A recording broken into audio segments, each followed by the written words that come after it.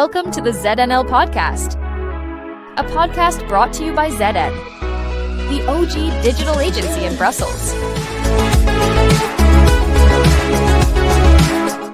Hello and welcome to ZNL. Today I am very excited to have a special guest, Roland Freudenstein, and we've actually had you before on the show, and that was a moment when you just came back from Ukraine.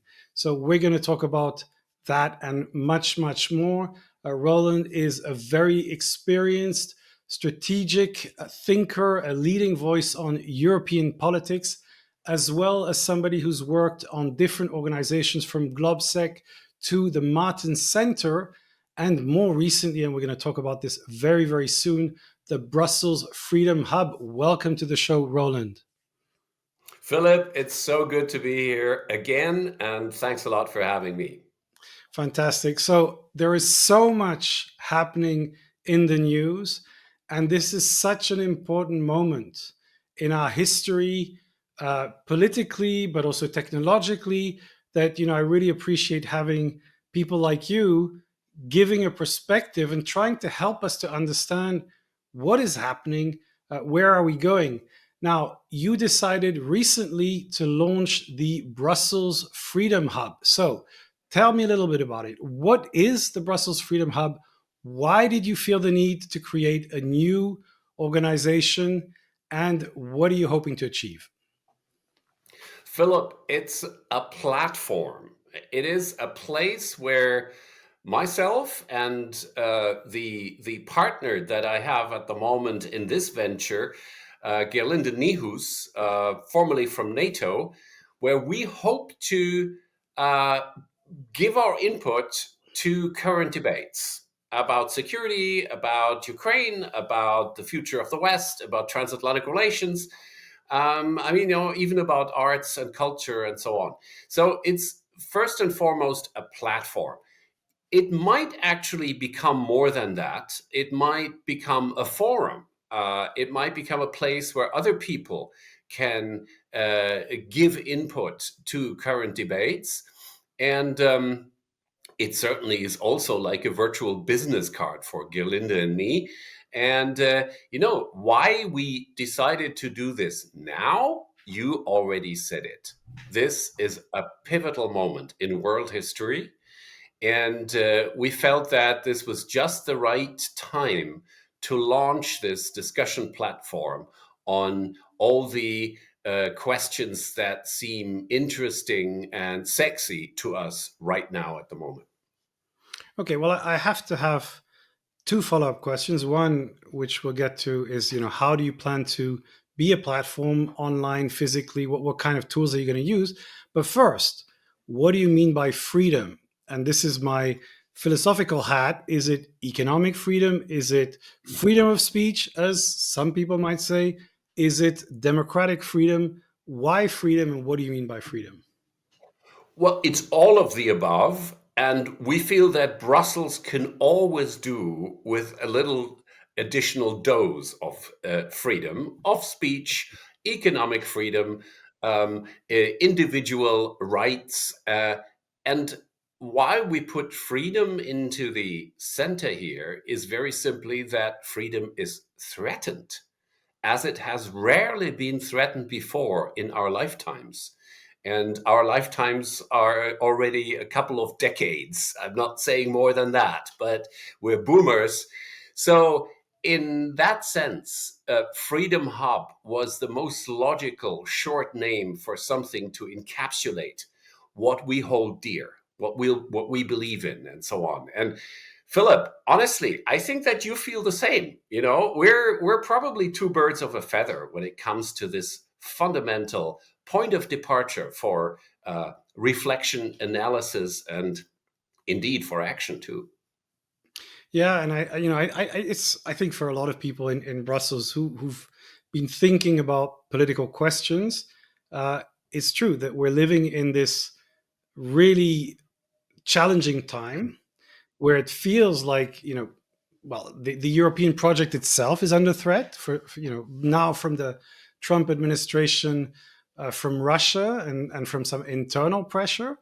At the same Indeed. time, yeah. We're in this thing, and I think for the moment, especially, I guess you probably have some kind of feeling of this. That the arc of history seems to have kind of gone from a pretty positive movement towards the end of the Berlin Wall and maybe a more peaceful world and more economic integration to this kind of fairly dark timeline where we have Trump, Russia, this kind of fragility. Do you feel we're heading into this kind of fairly dystopian kind of future? Well, let me give you this example of the Dune movies by Denis de Villeneuve, Yes. which are absolute cinematic successes, aesthetic successes, and so on. And compare this success and appeal. I mean, many people are reading Dune for the first time now after having seen the movies. Now compare that to David Lynch's original, well, not original, first uh, cinematic translation of Frank Herbert's books in the 1980s, which completely flopped. Now, why is that? One reason, of course, is that movie making technology has evolved in these 40 years, Yeah. uh, and today you can do much more interesting things. But there is a subcutaneous reason that I see, which is that, you know, going back to Frank Herbert's ideas, I mean, he had fantastic speculative qualities, but honestly, democracy and freedom were, I mean, individual freedoms, human rights were not really factors for him. Empires fought empires. There were families, there are dynasties. There's some ecology in there. There is some of the culture clash between, let's say, the North and the South in this world, like in Arrakis, but freedom and democracy are no factors there. So, the 1980s, I would say that even before 1989, there was a global freedom narrative that was successful with people.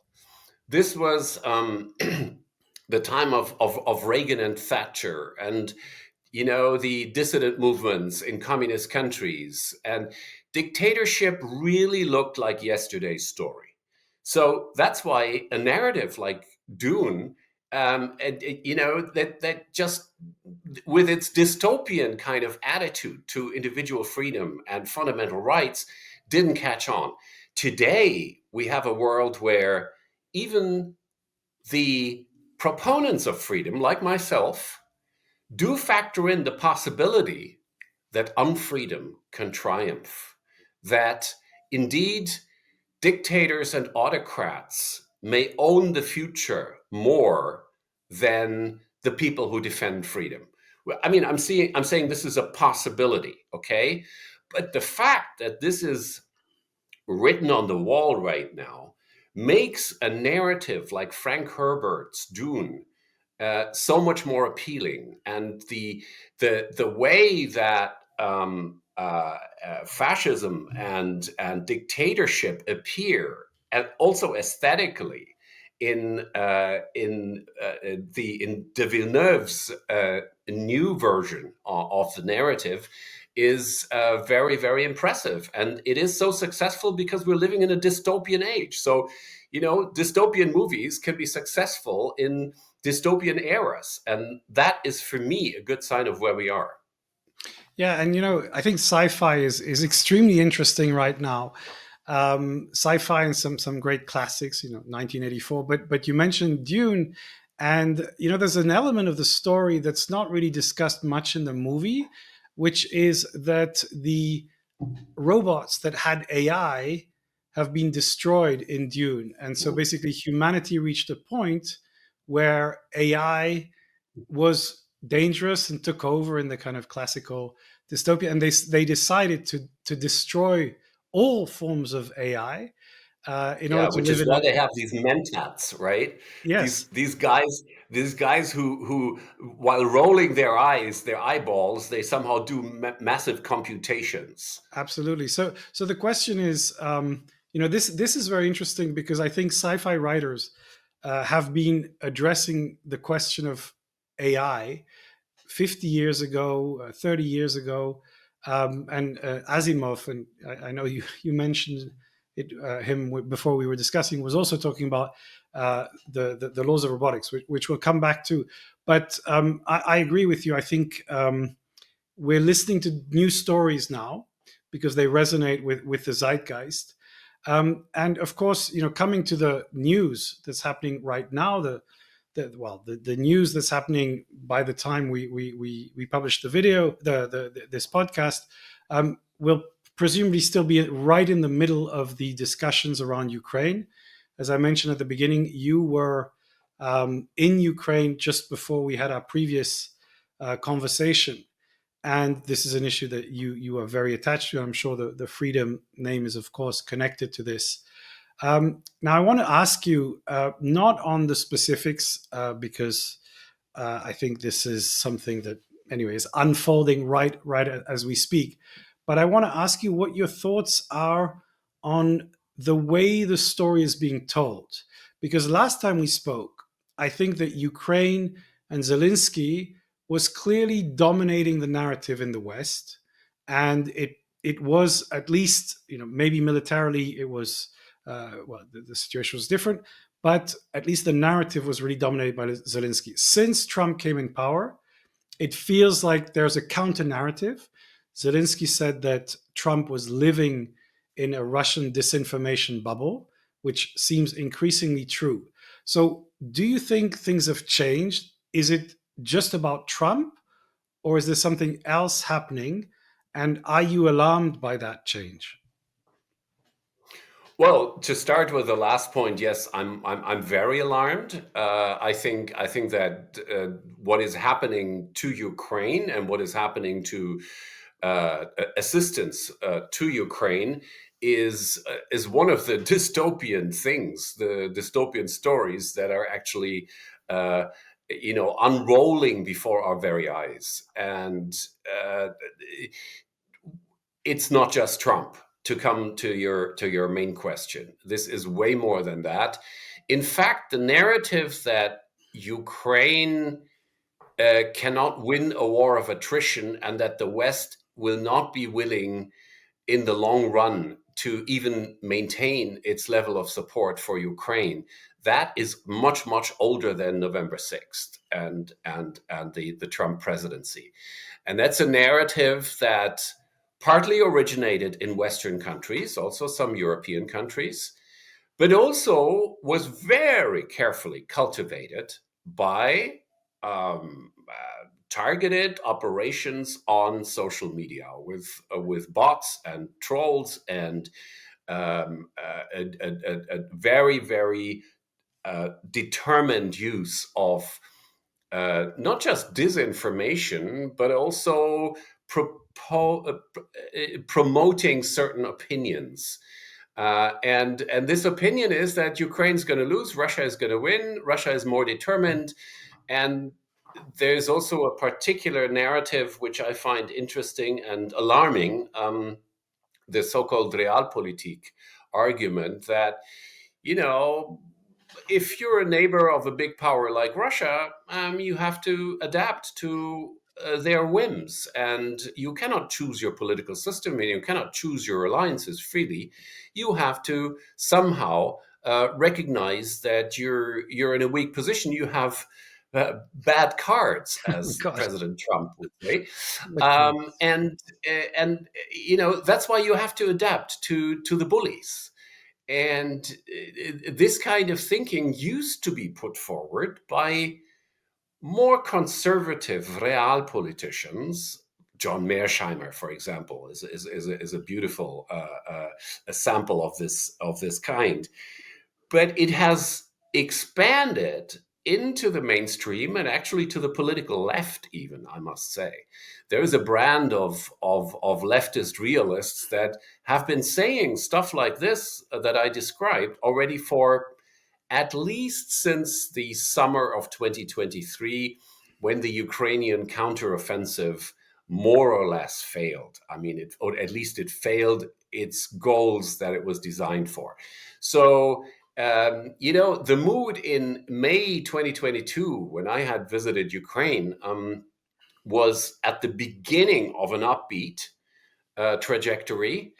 It reached its peak. This optimistic trajectory reached its peak by the end of 2022, when Ukraine also militarily had reconquered two major territories in Donetsk, or east of Donetsk, and in Kherson in the south. And Russia was on the back foot, but then Russia dug in during the winter, and since then we're having this war of attrition, which for the moment it seems like Russia is slowly winning. But that doesn't have to be the last word. I'm far from claiming that Ukraine can reconquer all occupied territories. No, that is not the case.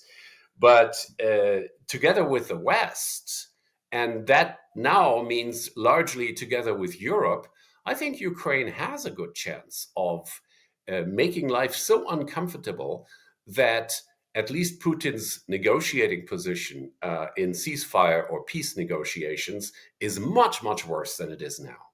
I don't know what you think, Philip. Well, yeah, I think initially my thinking, when the war started, was after the initial response from Ukraine was, this is going to take a while, and there isn't going to be an easy resolution, but the Ukrainians have a kind of deep desire to just keep doing this, whether it has to move to guerrilla tactics. So and yes, militarily they will struggle to match Russia, but they can make this extremely painful and difficult for the Russians, and it looks like they're willing to do that. So my feeling was this is potentially one of these never-ending conflicts where it's kind of frozen at certain areas and just keeps kind of pushing back and forward, which I still feel is probably where we're going to end, with a kind of unsatisfactory solution where things will not be permanent one way or the other. What I'm wondering now is, from the point of view of Zelensky and the Ukraine and people who are pro-Ukraine and who believe that Ukraine should be given as much support as it can, what is the strategy? Because they need to communicate to multiple audiences now. He needs to talk to the Ukrainian population and keep them focused and together. He needs to talk to Trump, and I think now we have the good old madman hypothesis, which is we simply don't know exactly what Trump is thinking and trying to do. So how do you deal with somebody that is very hard to understand? And how do you bring the Europeans to play the right role in this? So what would you be advising Zelensky if he was asking you, what should I do now?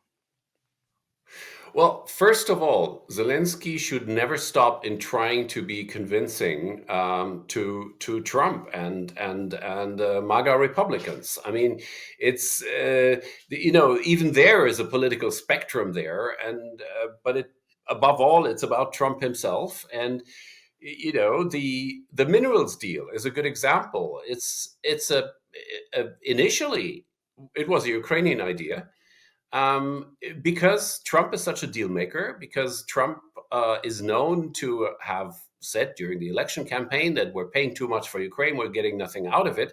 Well, here is something that you can get out of it.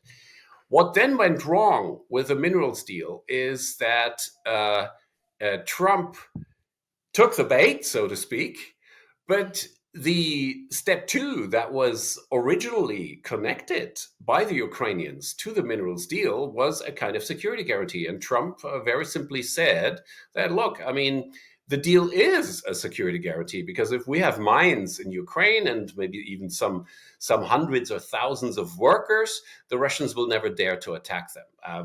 First of all, this is going to happen in 10 years, because we don't even know exactly, we don't even know approximately where exactly these metals and rare earths are.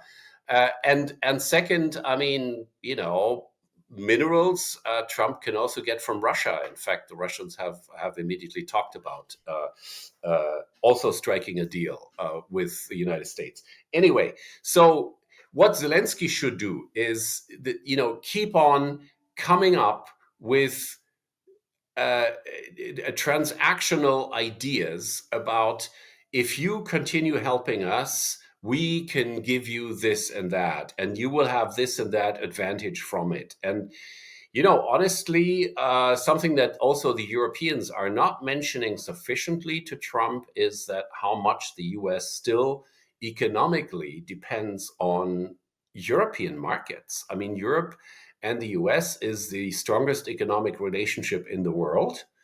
And that is not just trade, but also investment. And all kinds of joint ventures across the ocean, and that has to be put more into a cost benefit calculation. And with that, one should come and time and again to Trump and say that, look, here is the advantages that you will have from a prosperous and free Europe, and a free Ukraine that is not attacked by Russia every day. So besides that, reaching out to the global South is something that Zelensky and his other his ministers have done for quite a while, and I think with some success. The BRICS group doesn't seem, or at least until very recently, didn't seem as united behind Russia as they were in the beginning of the full-scale invasion. And then in Europe, I think the treatment that Zelensky got in the White House just by default endeared him to many Europeans. I mean, didn't he get a hug from King Charles, at least from Keir Starmer? Getting a hug from a British politician is, and it's not Boris Johnson, okay? That is quite something. And that reflected the mood of Europeans. I mean, Zelensky has become quite the hero again, just because of the treatment that he got by Trump and Vance. And I just want to ask you on this. Do you think that we will look back on that White House meeting as a moment in history where things changed in the conflict in Ukraine, in the relationship between the US and Europe and the rest of the world? Is this one of these moments that we will look at in the history books, or is it just overblown because of the media cycle? We don't know yet. The media cycle plays a big role in making us think that every second moment is totally pivotal and is a watershed moment in world history.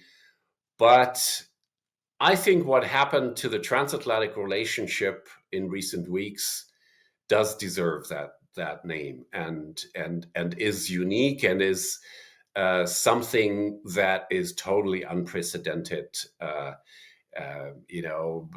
one has to go really, really far back.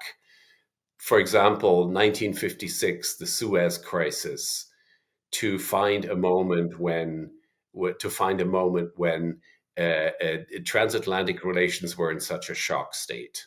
So now I want to move to the bigger question, which is, how significant is the Trump administration on NATO and on the EU? Are we witnessing the end of that relationship, like the friendly relationship, let's say, between the US? And again, with NATO becoming something else, something less reliable, something less powerful, and forcing the Europeans to create their own defense initiative. Yeah. Philip, I hate to repeat myself, but it's too early to tell. honestly, the jury is out. We are playing with all kinds of scenarios now, and we had as many scenarios after November 6th. There is NATO redux, for example, a NATO in which the United States withdraws from any leadership role, but doesn't destroy.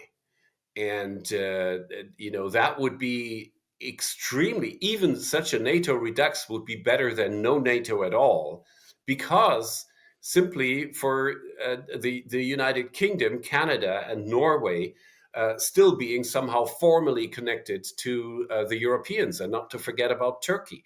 So then there is, of course, there are also advocates of a complete focus on the European Union when it comes to the future of Europe's security. And I don't think that's a tenable version of the future. I honestly think that it takes at least the two nuclear powers in Europe to lead the effort, both to help Ukraine survive as a free country and also to create some kind of European security and defense that deserve the name. So that's, there is no, at the moment, there is no alternative to NATO, but Europe will have to factor in the possibility that it will have to take care of its own security at some point in the future. But let's not forget that Trump just alone is not America entirely. There is Congress, there are the states. Trump won this election with 49.8% of the popular vote. So of those people who actually voted in the election, Trump did not have a majority. And the difference between him and Kamala Harris was only 1.5%. And, if you look at the way the Democrats behave in Congress these days, and look at the way the US administration presents that election outside of the US and also in Europe, you wouldn't believe that it was that close. So I think we need to not give up on America, do our own thing in security, but still recognize the benefits of trying to tell the US administration it is in its own interest to work with Europe and not against it. So I think maybe the trade wars that are going on will help that effort. Well, let's talk about the trade war and how do you communicate with the Trump administration? And I'm talking about this, of course, because we're always looking at what's happening in the channel mix out there. So when we have a trade war, all the sectors in Brussels are obviously in a very, very concerned mood. How do you get your message to the Trump administration and even to the EU?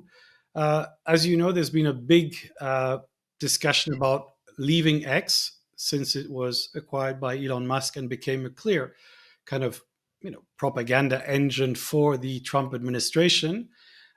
What is your view on, the kind of messaging and the kind of tools that you should use to reach the Trump administration?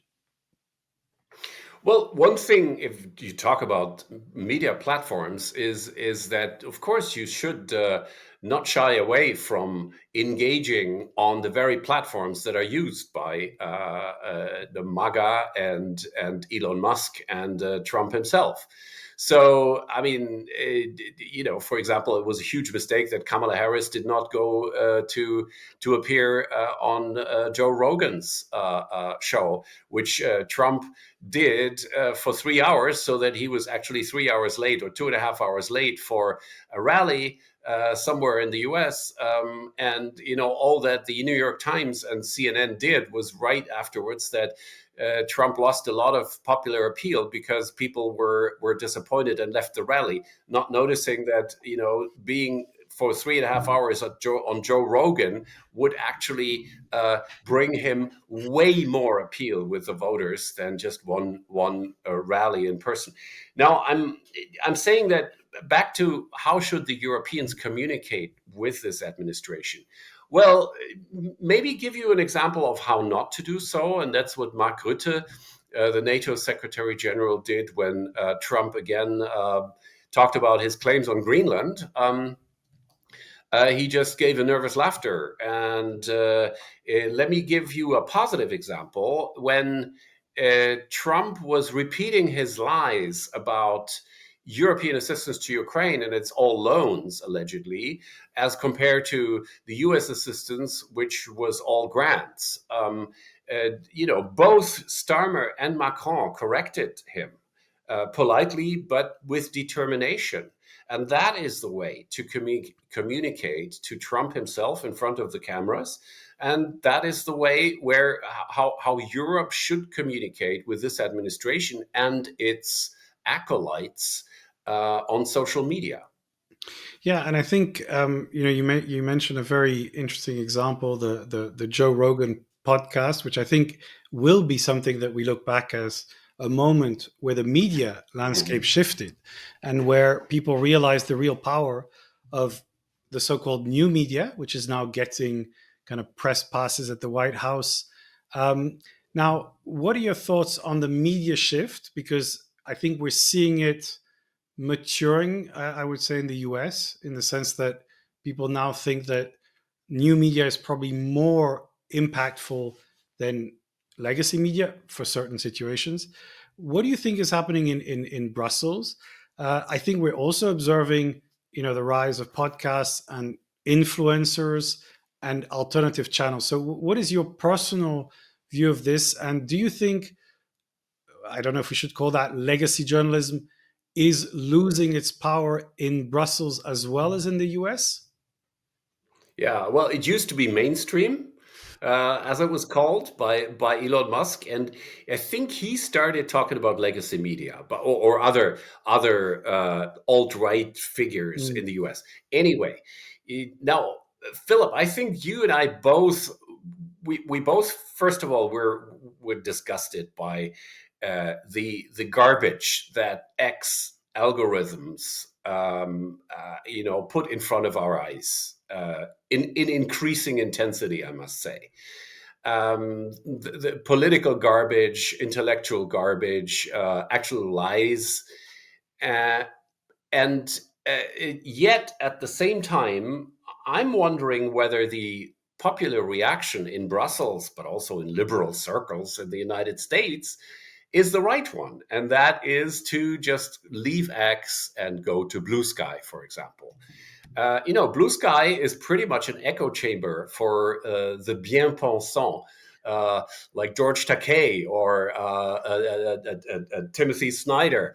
These are very valuable people. It's good to have them, but I don't have to all the time read their texts. I think once in a while, it actually even makes sense to read some garbage just to know what certain people and certain political forces are thinking, in which direction they're developing.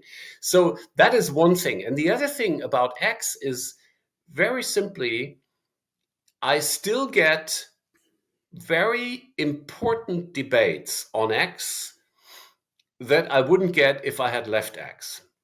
I give you two recent examples. There was the spat between Niall Ferguson, the historian, and J.D. Vance about Ukraine and the US-Ukraine relationship.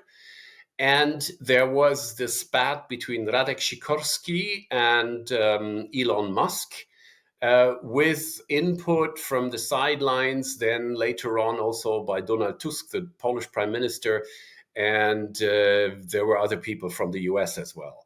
So, these are debates you can, they gain such attention that sooner or later, even in the legacy media, you hear about them, but with a time lag. Whereas the algorithm, knowing that I'm interested in stuff concerning Ukraine, that I'm interested in what Radek Sikorski has to say, the algorithm served it to me basically a few minutes after this was put on X. So there are still a few reasons to remain on X, but with all the caveats that you and I probably share here. Yeah, no, I think it's true. And I suspect that had Kamala Harris won the election, I think X would have probably really faded into obscurity, I think, because of Trump and because of the proximity Elon Musk has to Trump. This has really become something that's very difficult to ignore, however much you might dislike and disagree with the philosophy and the kind of purpose of the channel. So I think it's here to stay for the coming years. And I think companies actually, although they've mostly stopped advertising actively and have done a lot less, I think some of them are coming back, some of them to please the Trump administration. And as you said, there's still a big political debate.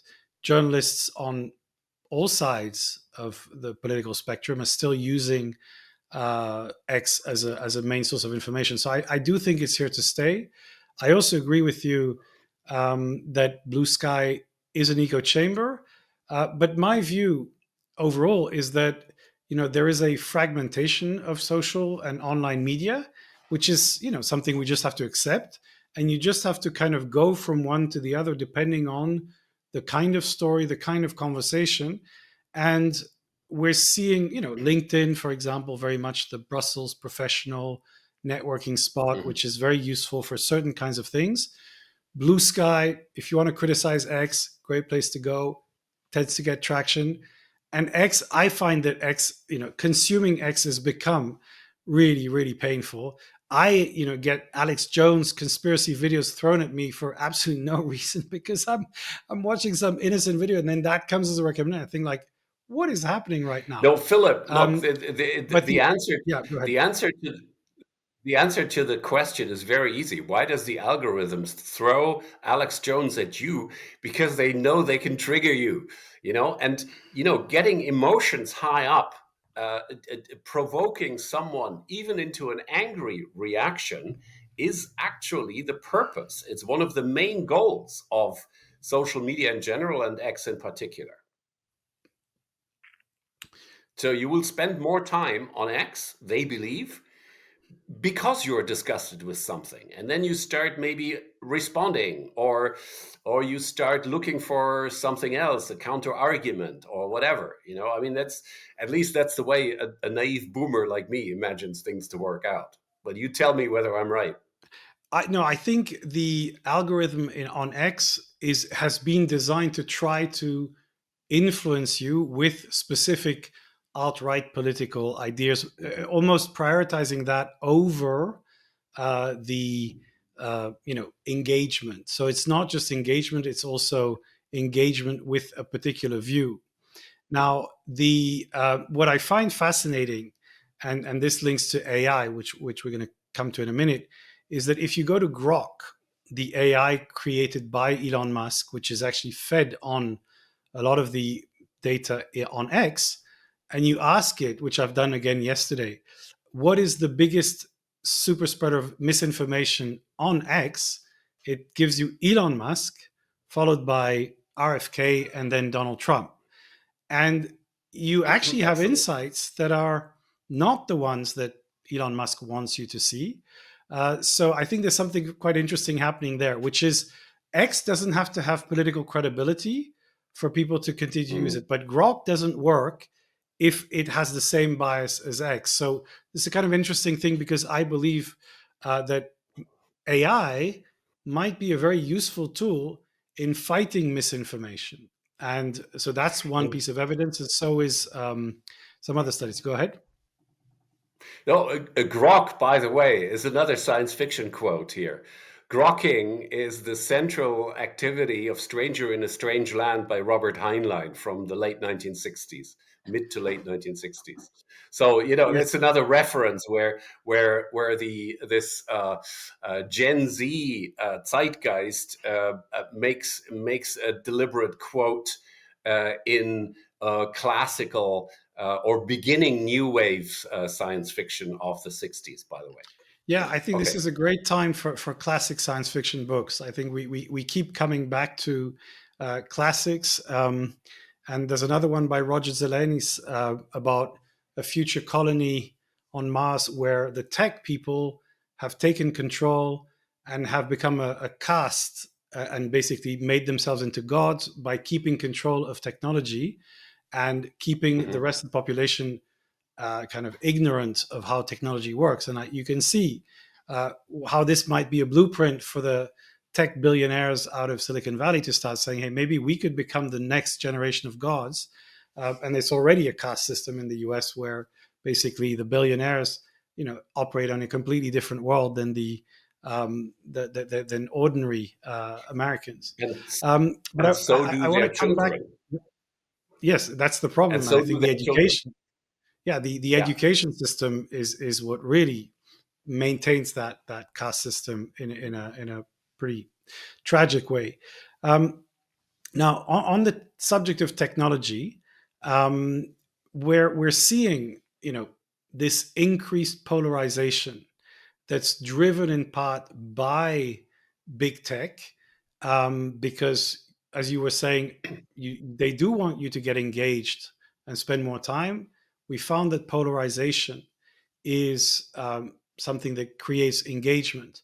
Um, in your analysis, do you think how much do you think these social channels and that kind of the what's referred to sometimes as the outrage machine, how much of this is responsible for that fragmentation of that we're witnessing, in the world, in democracies, versus bigger trends and things that just have nothing to do with technology were going to happen anyway.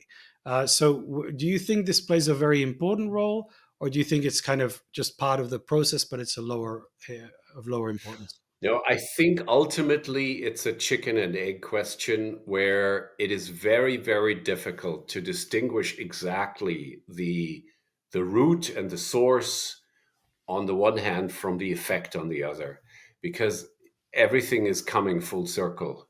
And there are mutually reinforcing developments that we see at the moment. And technology and the way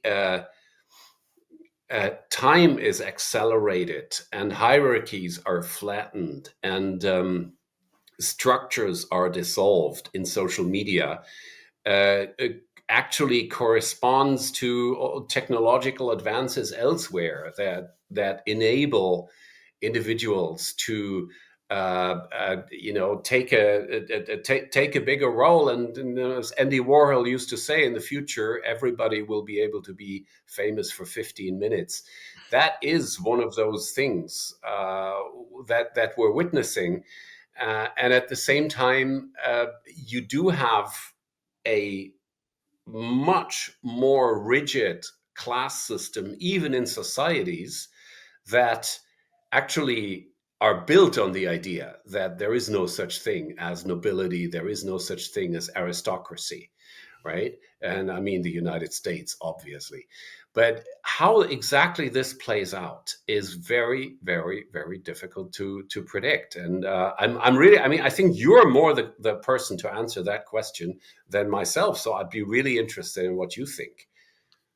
Well, I would say that you probably can't separate the two. I think the bigger, if you read some of the civilizational shifts that we have over every period, the fact that the United States was eventually going to lose its role as the superpower was something that's been predicted before social media. And people like Ray Dalio and Niall Ferguson, other people are going to talk about civilizational shifts, and no civilization lasts forever and is dominant forever. So the United States will eventually be challenged. We're seeing that perhaps accelerate now. And I think social media is perhaps speeding up certain parts of the process. It's changing the way we communicate and the way our brains work, but it happens at every moment of time. I mean, in the 30s, the media was playing a different role, radio was playing a different role, TV came online and started to, later on started to kind of have an impact. The Russian Revolution was driven by print and used in a very specific way, and a lot of these leaders were using print media to basically communicate their message in a way that their opponents were less effective. So I think we're seeing simply that the winner is often the one who makes the best use of the media. But for them to be able to do that, you have to have the bigger factors. Trump isn't possible. He couldn't really win without social media, but Mm. it's not because. But he would happen in different versions. There would be a different form of Trump because of the underlying structures. That would be my guess. So the changes will happen regardless. Mm. But if you want to drive change, you need to understand and embrace the new tools. So you Yeah, can't just be writing editorials. And I want to absolutely. yeah, I want to come to you for those new tools because I think we're seeing in Brussels uh, influencers and journalists who are writing Substack newsletters, who are recording podcasts, and it's kind of like we're really seeing a fragmentation of the media, and I think we are consuming media differently. I read stuff online on the BBC, The Economist, FT, whatever. I'll read some stuff, but I'll also be reading more now the Substack that Dave Keating publishes, just because I'm kind of interested in what he believes, unfiltered, just in his own Mm. kind of thing. And I'm hearing more and more people like that. So, what are you personally reading, and how do you see the kind of fragmentation of the media in the spaces that you're interested in?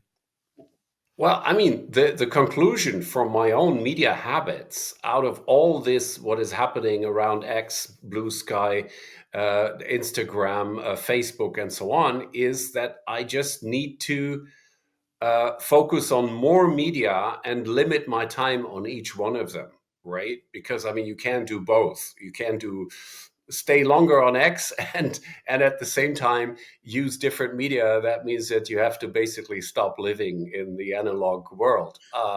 But I think the secret to success is to be versatile and to be on many platforms. And Substack is a very interesting one. I've just yesterday opened up my own account, and I intend to put short pieces that I used to publish just on LinkedIn and Facebook, now also on Substack. And I'm already following some very important influencers on Substack. And I find it a format that I feel very comfortable with. It's not so visual. It's focused on text, but more on short than on long text, but definitely more sophisticated than X, say, Yeah, even aside from the political aspects.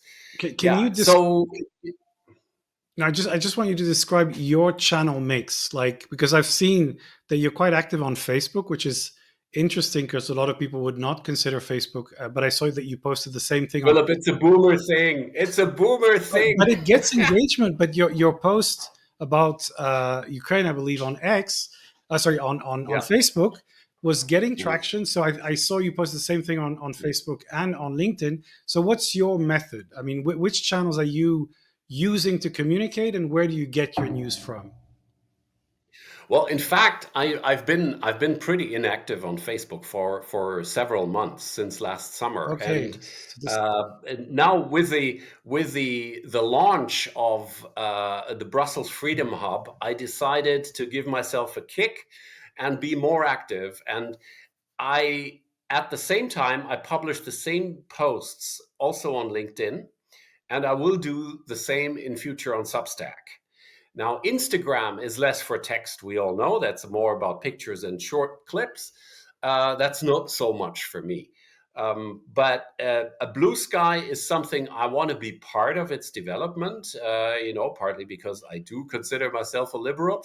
But it's not going to be, I'm not going to spend as much time on blue sky as on Facebook and LinkedIn. Facebook is also interesting because it has this emphasis on personal friendship and follow up, just following up on what friends are doing. And also, hey, this is a real boomer thing. I mean, like looking for your high school sweetheart or something like this. That's a Facebook thing, right? That's what boomers do, and what follows is a different question. But so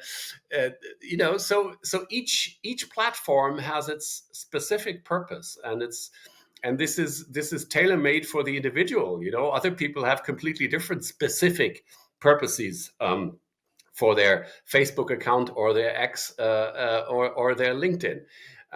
So, that's the way I see it. But one thing is really, really important in the end. It's like, you need to keep a sane mind, and that's what education and our also this needs to happen in families as far as possible, to teach kids, look, think for yourselves, right? Don't believe everything you read on social media. um, Build your own judgment, get your information from several sources, and then build your own picture. That is so important. And if that's not there, then the question of which mix of platforms you actually apply to your particular situation becomes very secondary. Yeah, I think, so on an optimistic note, I mentioned earlier that Grok was telling you that Elon Musk is spreading misinformation. In fact, you can fact check a lot of his tweets and a lot of the tweets there, and Grok will give you a much better analysis than the X community. Mm. And there's been several studies already where they took people who believed in certain conspiracy theories and asked them to engage with an AI, with ChatGPT or whatever, on the subject of that conspiracy theory. And they found a measurable decrease of people's belief in those theories. And so this has been replicated a couple of times. And I think it shows us this very, very interesting thing, because basically, the more an AI system stops hallucinating, the more reliable it becomes and the better the platform becomes as a business. But in the meantime, I think a second order effect, which I don't think was part of the plan, is that it becomes more reliable and it can be used as a debunking tool. And I often, when I see a story, I drop it in ChatGPT and I say, search this, tell me if it's, what's the story, can you debunk it, etc., which is very useful to show people, hey, stop spreading this crazy story, and here's the reason. So I do believe that AI could help us to start debunking conspiracy theories. Again, there's it's more complicated than I would say. Now, what are your thoughts on that?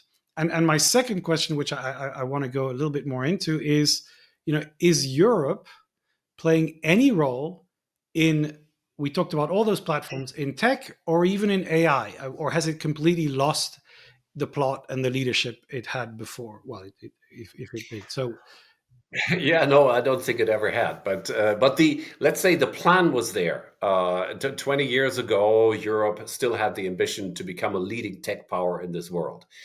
The Agenda 2010 of Barroso, for example. Okay, but now when it comes to AI, ultimately AI is like a car. You can use a car for absolutely necessary and even very, very constructive things, and you can take a car and drive into a crowd, right, and kill and maim a lot of people. So it really depends on who takes the shots, who takes the decisions, who exactly is in control. And of course, one of humankind's basic primeval fears already for many, many decades is that, in fact, there is no human left to control AI, and that it will take control of itself. Like, this is the this dystopian way of dealing with artificial intelligence. I would on Europe. I think that we need to be realistic and then find our way back to our previous ambition at the same time, right? So we need to first of all see that we're far behind. And I think the Draghi report that was published September last year went to some lengths to actually make that claim that, look, we're in a really, really bad spot here. It's not just the US and China. There are also other powers that will challenge us on technology. And I see the mega trend at the moment in Europe to to go away from the classical regulatory, state-centered, a top-down investment approach, and try out new things. And this new thing, to describe it with deregulation, I think would be much too simplistic. But it certainly is enabling more individual creativity and initiative. That is how I would summarize the direction in which Europe, the European Union, and its member states are going at the moment. And are you So, optimistic? if you want, Are you optimistic that that's going to happen? And I mean, what does Ursula von der Leyen need to do to make us take the lead, or who needs to do what for this to happen? well, it can't be her alone. The times when she could set the tone and the member states would blindly follow, or not even blindly, but would just be tempted to follow, are over. And she needs to get the big leaders in the member states on board right now, even before she presents a vision or a plan officially. So I think we need less speeches and more behind the scenes convincing by people like Ursula von der Leyen, but never forget about the big decision-making centers in Europe, and that is not just Paris and Berlin or even London, to take the more and more indispensable country outside the European Union, but that also means places like Warsaw and Lisbon and Rome. And I think that we're at a very sensitive moment for leadership in Europe, where we won't get to a situation very quickly in which one or two personalities are the unquestioned leaders. So this is much more about groups of people and networks of determined individuals in many, many different places, having to discuss things in detail and very, very frankly with each other, and without ideology, this old classical state-centered and centralist approach of the past in Europe. And I think, I'm not saying I'm optimistic or I'm pessimistic. I really think we have a chance. It can go terribly wrong. Europe can be in a much, much worse place today, in 5 years than it is today. But we definitely have the chance to do something better. We're still basically the richest region of the world when it comes to education, when it comes to skills, when it comes to the quality of life. If you take these 500 million people and compare them to any other 500 million people on planet Earth, Europe is still in the best place. And we need to make something out of this. Well, that's the perfect segue for my next questions. You meet a person who's in their 20s, maybe feeling a bit anxious about the future, and they come to you and they say maybe they graduated in something. What is your advice to them? When they say this world looks scary, uncertain, unpredictable, what should I do? Be authentic, be yourselves. Don't try to be something or someone else. Be interesting in your communication. Be an attractive partner for conversation. Have something to say. Don't always imitate repeat what others have to say. And finally, believe in your own strength. When things look bad, when your boss is screaming at you, your partner is leaving you, or whatever, just remember the best moments of your life. Remember moments when you were really strong. And that's something that that you come to conclude when you're over 60, like me, is like, there's always an improvement possible, and nothing remains as bad as it looks like at the moment. So that these would be my little pieces of advice. So a great philosophical bubble. So I think we will definitely share this. Now let's finish with our recommendations of the week or of the month. Recommendations of the week. Yes, Roland. So what is your recommendation? I believe it's not a book, it's not a podcast. No, it's actually a Netflix series, a mini series that came out shortly before Christmas. It's called The Madness. It is set in the United States today or in the very near future. It's very dystopian. And I was immediately smitten by it because it shows us all the monsters that are being born as we speak in terms of right-wing politics, social media, corporate developments. There is not only big tech, but also big money going into right-wing politics, and all kinds of privatized intelligence operatives and so on.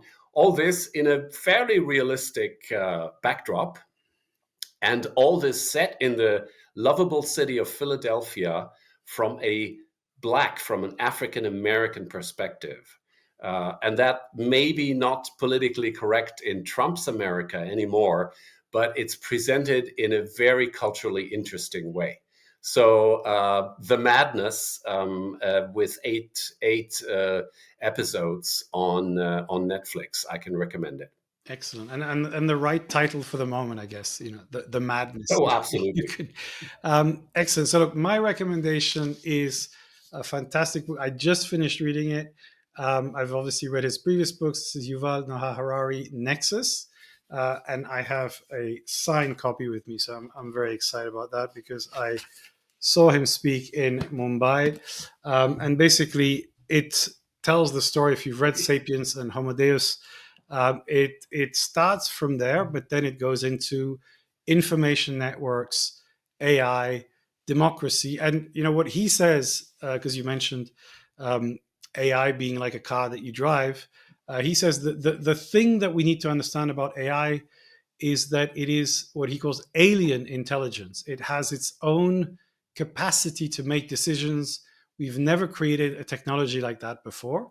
And we need to understand that because at some point in time, not very distant from now, we will have autonomous agents that will be able to make their own decisions. And if we don't frame this, we are in a lot of trouble. I think it's what I love about Yuval is that he goes into history, then into technology, some philosophy, and it's just a great kind of moment to reflect. I don't share his pessimism. Sometimes he argues he's not, but I think he kind of is. But because I believe that we will manage to put the guardrails in place, and that's why I mentioned Asimov earlier. If you've read, the Foundation series and the others, he comes up with the laws of robotics, which is how to frame AI and make sure that AI does not harm humans. And we have to do something like that. So very good recommendation. So Roland, thank you so much for sharing all these fantastic insights with us today. I look forward to seeing your Substack and perhaps a lot more coming out of the Brussels Freedom Hub. Thank you so much, and let's stay connected. Thank you. Thank you so much for watching this episode of the ZNL Podcast. Did you like it? If so, please share it on your social media, subscribe, and give us a comment. We will see you again on the next episode. Until then, remember, stay always one step ahead.